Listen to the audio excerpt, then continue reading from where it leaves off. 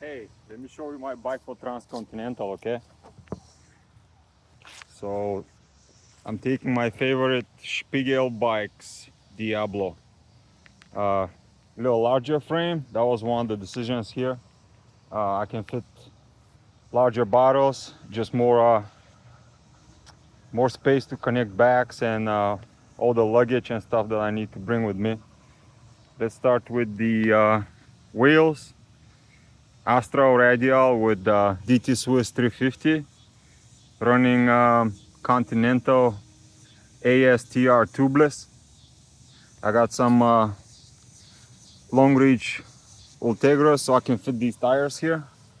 I'm running 5236 crank power meter and cassette 1132, brand new Ultegra Di2.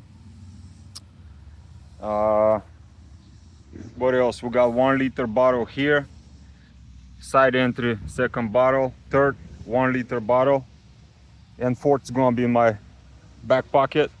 We got the largest Apidura saddle bag, 2 liter top tube bag, another 2 liter bag here. My favorite infinity seat, you know it. This one doesn't have leather, so great for rain, mud, and all that stuff. Cockpit, pretty decked up.